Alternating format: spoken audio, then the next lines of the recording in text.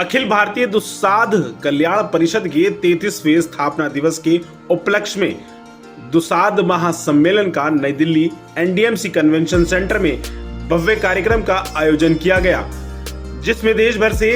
दुसाध समाज के लोग कार्यक्रम में सम्मिलित होने के लिए एनडीएमसी पहुंचे।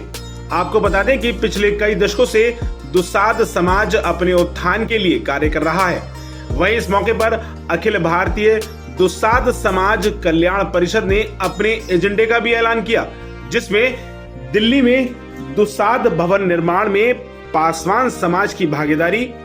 संवैधानिक अधिकारों की प्राप्ति के संबंध में बुद्धिजीवियों का व्याख्यान, दिल्ली में दुसाध जाति को अनुसूचित जाति की श्रेणी में शामिल करने हेतु विचार विमर्श और अन्य विषय अध्यक्ष की अनुमति से जैसे बिंदुओं पर चर्चा की गई। इतना ही नहीं, दुसाध समाज में जन्मे भारत के छत्तीसगढ़ राज्य में डीजीपी के पद पर अपनी सेवाएं देने वाले एसके पासवान जी जैसे लोगों को भी सम्मानित किया गया। वहीं उदयभान प्रसाद, रमेश पासवान और परिषद के पदाधिकारियों ने मंचासीन गेट्स को बुके और मोमबत्ती देकर सम्मानित किया। वहीं बाबा साहेब भीमराव अंबेडकर जी की प्रतिमा पर माल्यार्पण कर उनका दुसाध समाज ने आशीर्वाद भी लिया। ब्यूरो रिपोर्ट, सबका समय, दिल्ली। मेरा नाम उदयभान प्रसाद। आज हमारा समाज का दुसाध महासम्मेलन हो रहा है और हमारी अखिल भारतीय दुसाध कल्याण परिषद की एक संस्था है जो पूरे देश में काम कर रही है और उसका 33वां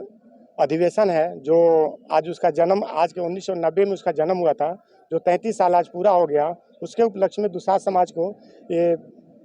दुसाध महासम्मेलन के द्वारा किया जा रहा है। कल्याण योजना जो है सामाजिक क्षेत्र में, आर्थिक क्षेत्र में हो, राजनीतिक में हो, प्लस जो वंचित समाज है उसको उत्थान करने में, जो पिछले छोर में खड़ा है उसको हम आगे लाने में जो है हरसद प्रयास कर रहे हैं और अपने दुसाध भाइयों को एकजुट होने का जो है हमेशा संदेश दे रहे हैं कि आप लोग जो है आइए, एकजुट होइए और शिक्षा के क्षेत्र में, सामाजिक में जो हमारे जो अन्य समाज जो द्वेष भावना वो कर रहे हैं, जब तक हम एकजुट नहीं होंगे, समांतर नहीं होंगे या शिक्षा के प्रति जो है हम लोग जो है सचेत नहीं होंगे, तब तक हमारा समाज का उत्थान और कल्याण जो है वो नहीं है। कि समाज को किस तरह से आगे बढ़ाया जाए, उनके शिक्षा के, स्वास्थ्य के और रोजगार के बारे में एक मंच हो, ताकि वहाँ बैठ के उस पर विचार विमर्श किया जाए और इसको आगे बढ़ाया जाए। समाज में बहुत सुपरस्टिशंस है, अंधविश्वास है, पाखंड है, उसको दूर करते हुए अपने बच्चों को शिक्षित किया जाए, उनको आगे का रास्ता बताया जाए, कैसे उनको मतलब आने वाले दिनों में उनका विकास कैसे हो। इस नज़र रखते हुए इस संस्था का रजिस्ट्रेशन कराया गया था और आज मुझे खुशी है कि ये संस्था आज इतने लोग इकट्ठे हो गए और कम से कम जो पौधा लगाता है आदमी, और अगर पौधा बढ़ गया, फूल रहा है, फल रहा है, तो हमसे इससे खुशी की क्या बात हो सकती है। हम लोग जिस समाज से आते हैं उस समाज में बहुत पिछड़ापन है और जब मैंने पढ़ाई लिखाई शुरू की थी उस समय और भी बहुत ज़्यादा पिछड़ापन था। किस प्रकार से हमारे जैसे लोग आगे बढ़ते हैं और जिसको कहते हैं आप उच्च पदस्थापना प्राप्त करते हैं,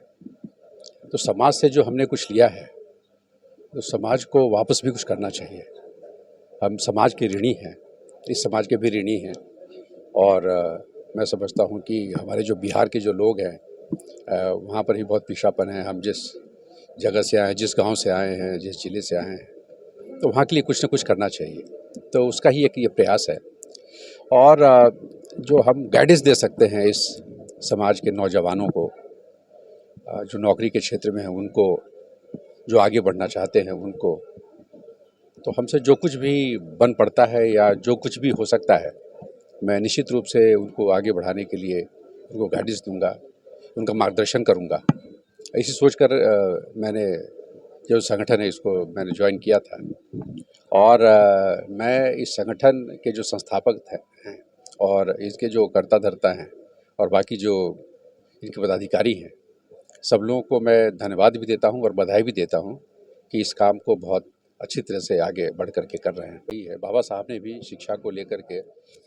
हमेशा ही लोगों में ये बात पैदा करने की कोशिश की अपने समय में कि जब तक हम लोग शिक्षित नहीं हो जाते तब तक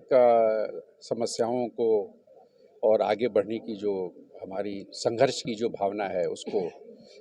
हम लोग जो है ठीक से समझ नहीं पाते हैं। तो हम लोगों को ये जो है शिक्षा को अगर हम महत्व देते हैं तो हम निश्चित रूप से किसी भी क्षेत्र में आगे बढ़ सकते हैं और हमारे सामने जो परेशानियां आती हैं उसको सही तरीके से हम उसको दूर भी कर सकते हैं।